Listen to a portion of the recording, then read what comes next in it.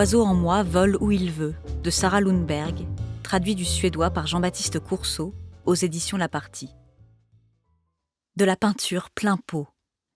Des courbes, des entrelacs, des champs fleuris ou des forêts sous la neige, une grande rigole bleue ou verte, selon le reflet du ciel, la nature prend vie sous le mouvement du pinceau. Ces traits voluptueux tracent des chemins dans les arbres, dans les prés, dans les nuages et aussi dans les esprits, tandis que de loin en loin, des collages rappellent l'âpreté de l'instant présent. Gouache ou aquarelle, opaque, intense ou transparente, vive ou mélancolique, par la force de la matière, des textures et de la couleur, la peinture agit comme un fluide. Elle enrobe, rassure ou bouscule.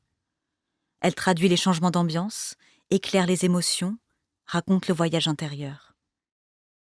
Mais ici, la peinture n'est pas seulement un art, elle est aussi un rêve, un projet. Le projet de Bertha, faire surgir de ses mains les images les plus merveilleuses. Et dans cet album, les mains, justement, sont très présentes.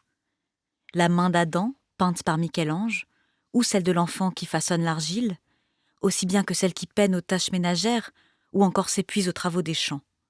Les mains de Bertha fourmillent, impatientes de dessiner. Il y a Julia, Gunna, Nisse et Bertha, qui en suédois rime avec Tjarta, cœur. Bertha qui se cabre, explose devant son avenir de femme au foyer qui semble imparable. Bertha qui rêve de guérir sa maman grâce à ses dessins et aux oiseaux bleus qu'elle fait naître de l'argile. Bertha qui se recroqueville dans la douleur et se déploie dans l'espoir. Bertha qui libère l'oiseau qui en elle ne demande qu'à voler. Une histoire vraie, une envolée féministe qui laisse de quoi penser. Mais en quoi ce monde étriqué serait-il désirable ? C'est à vous de le découvrir. Sachez seulement que de l'univers quotidien, il faut parfois s'envoler pour révéler celle que l'on est en vrai.